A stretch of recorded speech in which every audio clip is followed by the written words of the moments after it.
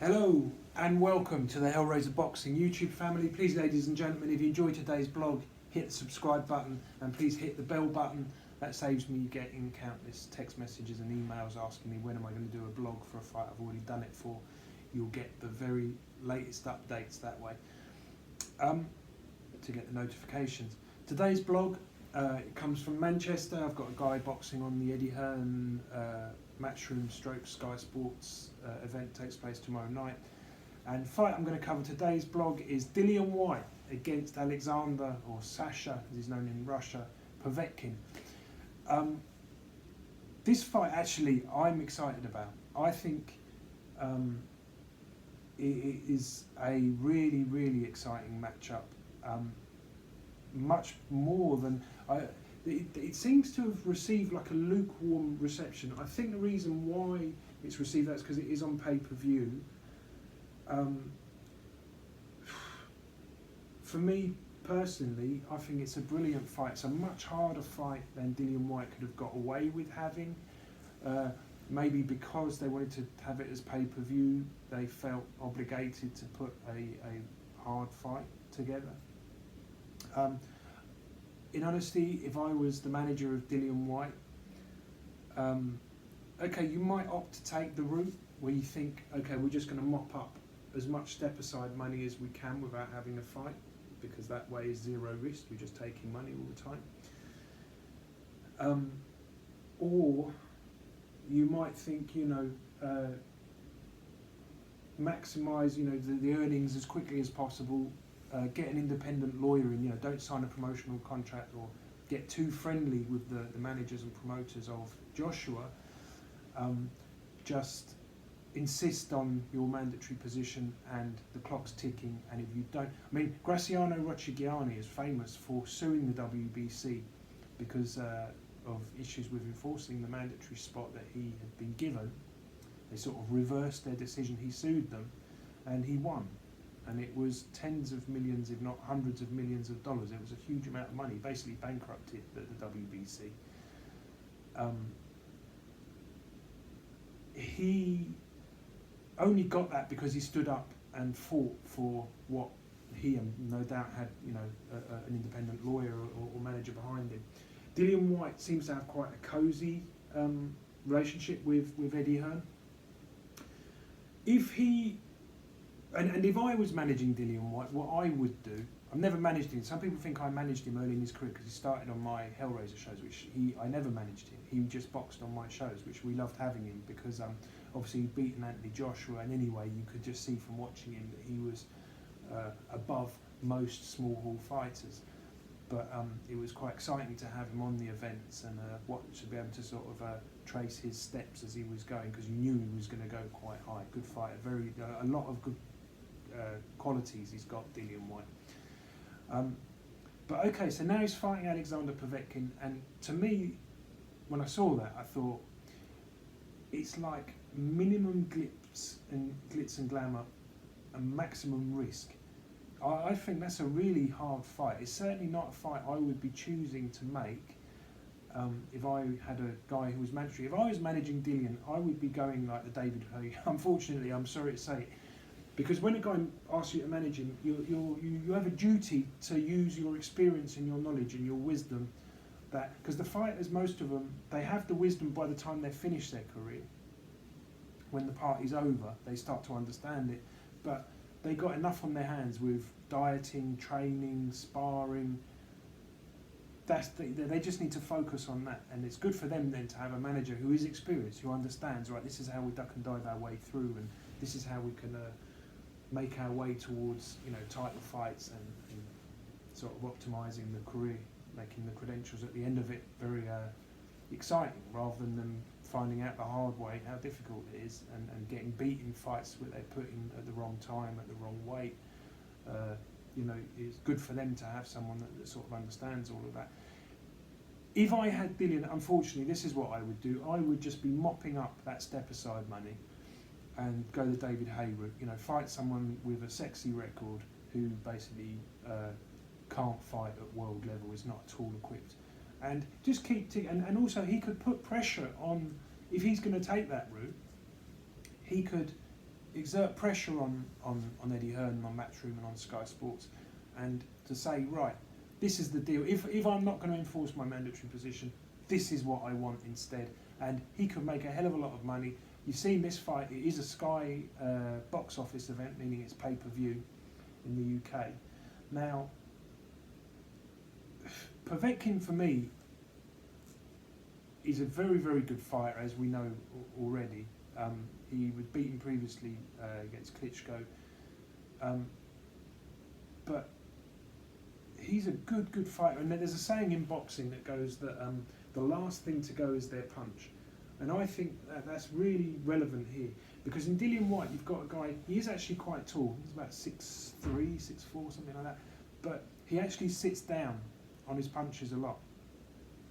And Povetkin, best shot is a left hook. Povetkin, when Anthony Joshua boxed him, Joshua used his length, used the right hand. He actually threw the right hand to the body all night.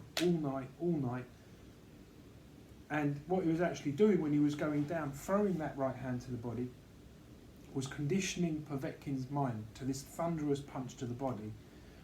And the punch that finishes the fight is a right hand to the head. So he replicated what he'd done throughout the fight, over and over again, bending down here before he throws the shot, and then throw the right hand to the body. And Sasha Povetkin obviously registered this sort of hard punch that was coming, prepared himself for the body punch again, and the shot that actually came over the top, and that ended the fight. Joshua only needed to catch him with one of those, and Povetkin came apart. Before that, it was competitive as a fight. Povetkin's definitely not at his peak. He's past his peak. So you could say, okay, well, it's a good time to fight a former world champion. There's a saying in boxing that the last thing to go is the punch, and I've got a feeling, because Dillian, he actually likes to sit down. Despite he's quite tall, he doesn't like fighting here. He likes fighting here and like moving his head, which brings opponents in. But when you're fighting someone like Povetkin doesn't throw these long shots like that. He wants to come in close. He wants you to move your head because he wants to also be moving his head and come in, and then come with the shots around the sides and up through the middle. And fighting someone that sits down, as Dillian Whyte does, is a lot easier than someone who's there using movement, using multiple feints constantly, feinting with his shoulders, feinting with his hips, feinting with his feet. That keeps the shorter guys at bay. That stops them from coming in. But Dillian actually likes to sit down.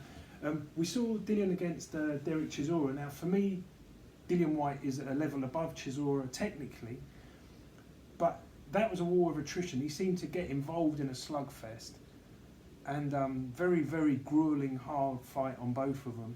And okay, he stopped Chisora, but it was a very hard fight, not just technically but physically. It was a war of attrition, and I think he made that because there's a bit of a grudge, a bit of a beef between them, a genuine grudge. It's like two black guys from London, and I think they got carried away with trying to prove who was the harder man rather than who was the smarter man, who was the cleverer, the more intelligent, the more tricky, more cunning.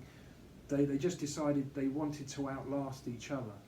And Dillian did outlast Derek, but in doing so, he got drawn into, and I wouldn't really, for that reason, I wouldn't really use that fight as a yardstick, because I think Dillian made it harder. If Dillian had just boxed him, I think he'd have won a lot more easily than what he did. But he tried to steam into Derek Chisora and take him apart, and Chisora was also very motivated and really gave a good account of himself, going toe-to-toe for long periods of the fight and engaging, wasn't found wanting in that department at all. So now Dillian Whyte fights Povetkin. I think I think it's a dangerous fight to take. I also think it's one that he could have avoided if he was a little bit more distant from Matchroom, but obviously he has a deal that seems to be working. Probably I would imagine what he's saying is he's happy to take these type of fights while he's waiting, because I can't imagine why you'd go and fight Alexander Povetkin, but he wants his fights to be pay-per-view, because obviously the money available in pay-per-view is much higher than the standard budget that Sky would pay a promoter for a show. So the big money is in the pay-per-view events, which is why, even if it's a bad pay-per-view event, which sells far less than their average, it's still massively more money than a standard Sky broadcast that the promoter gets, that the fighters get. So here you're going to see Dillian in a very hard fight. I think he likes to sit inside, which will suit Povetkin down to the ground. Yes, it's not a 10 out of 10 Pete Povetkin, but Alexander Povetkin was an Olympic Games gold medalist. He was a world champion. He was one of the best of his era. And I like Dillian, but I'd say Povetkin at his peak was better than Dillian Whyte has been so far. I do think he's faded a lot. I'm certain, in fact, he's definitely faded. So maybe this is very clever from Dillian Whyte. Maybe this is exactly the right time, and if he beats him, it will be a massive trophy for Dillian Whyte to have, a great name to have on his record. But if he sits inside, and they say in boxing the last thing that goes is the punch, if Povetkin can line him up or trick him, very tricky guy, Sasha Povetkin, if he can open him up and trick him and then catch him with that left hook. And also you've got to think Povetkin, to me, he's not at that point where he probably is not competitive anymore. He probably still has that bug where he wants to fight he's earned enormous. I was at the purse bids when he was going to fight Klitschko, and the room was stunned when the bid was opened. It was a Russian gentleman, I can't remember his name, that won. He was a bigger, like an oligarch, won the purse bid for much higher than I think anyone anticipated that he would. I mean, he won, the second purse bid was significantly less than what they got. He will still have in his mind, this is how I think, that Sasha Povetkin will still have in his mind, I should still be up there. I should still be earning these big bucks, competing with the best guys. And he will see this as, yes, it's a big payday, but also this is a fantastic opportunity for Povetkin to gate crash the party again. Because if he knocks out Dillian Whyte, which he's capable of doing, he's got a massive left hook. If he does stop Dillian Whyte, then he's right back in there, and that can lead to another Joshua fight, that can lead to a Tyson Fury fight, that can lead to a Deontay Wilder fight, and another massive payday for him, meaning that he's not where he is right now, which is a little bit more on the outside looking in, not exactly taking handouts, but taking fights that maybe he would rather there be alternatives to. Result, who do I think going to win the fight? This is very tricky, because for me, if it goes long, then I think Dillian Whyte can outpoint him. If, despite the fact we've seen Dillian Whyte maybe not have the best stamina, but I just think on work rate, Dillian Whyte can win enough rounds to win the fight.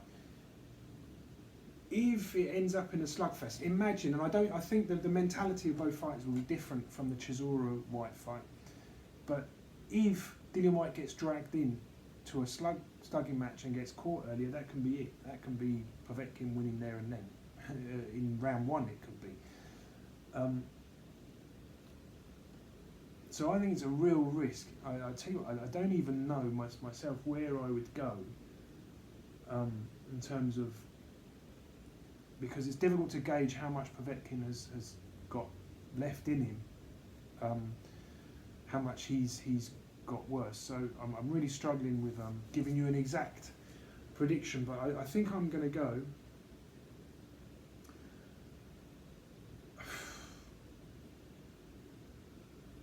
I'm going to go Dillian Whyte on points. I don't really feel comfortable going that way, because actually I think there's a real risk here that Povetkin can stop him. Certainly if I was managing or directing the career moves of Dillian Whyte, I would not be going for Povetkin at this stage, because there's other fights out there now. The heavyweight division is absolutely white hot. You've got Joshua, you've got Fury, like I say, Wilder. There's a whole load of different permutations that are probably not much harder a fight than Povetkin. but the money would be massively more. And I think I've got a big worry. This is a massive banana skin. I don't think this is a great move for Dillian Whyte. I don't think it's the opponent that certainly not the one that I would choose. I don't think it's the one that he would have probably chosen. But you've got to understand the fighters, they have a short career, they want it pay-per-view. Sky could well have said, well, we can do a pay-per-view if you fight this guy. I don't think Povetkin is sexy enough a name to get masses throwing money into the pay-per-view pot. I think a lot of them will think, it's not quite the fight that they want to see. But I think it's a very hard fight. I think people, I heard comments straight away, oh, Eddie Hearn robbing the public again. I think this isn't robbing the public. I think this is a really good fight. I think it's a fight, it's a trade fight. It's a fight that people that are in boxing, they're saying yes, they're licking their lips, they're thinking this is a fight that could be really brutal, could be very, very taxing. And it's a big, big risk. For a guy who's mandatory, it's a massive risk. This is a huge risk. And like I say, certainly if I had any say in it, I wouldn't be going for this fight. I would be trying to line up some guys with sexy records that can't really fight to keep the momentum going, so that when the mandatory eventually does come up, Dillian Whyte gets his massive fight and his massive payday that goes with it, in a fight that is sexy, that everyone's excited about, including the casuals who will throw money in the pot. Because I think a lot of them will swerve this. They'll just go Povetkin. The only time casuals probably ever saw him fight before was when he got stopped by Anthony Joshua, and he wasn't particularly great on that night, and so they might not have the appetite that maybe the guys that are selling the fight would like them to have. So I'm going to go for Dillian Whyte on points, but there's a massive risk. I certainly wouldn't bet on this fight. And if Dillian engages early, stands in close, I think there's a huge risk. Guys, thank you for watching. If you've enjoyed, please hit the subscribe button, and we'll catch you again soon on the Hellraiser Boxing YouTube channel. Thanks for watching. Bye-bye.